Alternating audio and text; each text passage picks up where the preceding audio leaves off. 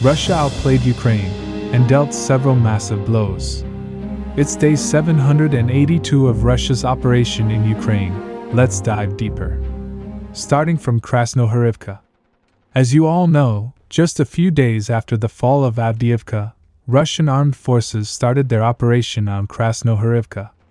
They approached it from the south, where Ukrainians have fewer fortifications compared to the east. As a result, they were able to quickly enter the southern outskirts. But within a few hours, Ukraine deployed their Western Train Brigade from Avdiivka, which were able to hold back the Russian progress. Soon they launched their own counterattack with the objective of pushing Russians back. However, they were not able to do so, as Russian forces somehow were able to maintain their positions at the outskirts. After nearly a month of holding the positions, recently Russian forces decided to withdraw their unit, as supply was proving very difficult through open fields. But they had a different plan. They decided to attack from the east. No doubt it would be harder, but due to fortifications, they would be less exposed to Ukrainian forces. Reports say, having success near the railway line a few weeks prior, they started attacking along it with tanks and armored vehicles. Russian sources say Ukrainians were surprised. As Russian units withdrew from the southern part one day ago, Ukrainians were expecting Russians to regroup before making any more attempts. As a result, they were able to break through the Ukrainian defense and captured this area. As you can see, they were able to enter the city from the east. Today it was reported that after recent attacks, they took these dachas under their control. Many sources have reported that Russians are trying to regain a foothold in the southern part. They tried to do so from two different directions. However, no advance has been confirmed yet. Now moving to Avdiivka sector. Russians in the past weeks are having big success west of Toninki. They were able to do so after attacking the open field from two axes. Near Umansky, they captured the whole area south of the river.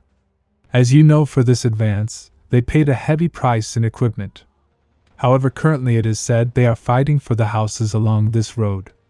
At the second axis, first they were able to create the bridgehead, after which they started expanding it. As a result, they took this whole area under their control. Russian sources say in the coming days their forces will start a push on Nedolova. Now at Semenivka and Berdichi, Russian progress has been slow as expected. Russians now hold half of the Semenivka, while at Berdichi they were able to capture most of the village.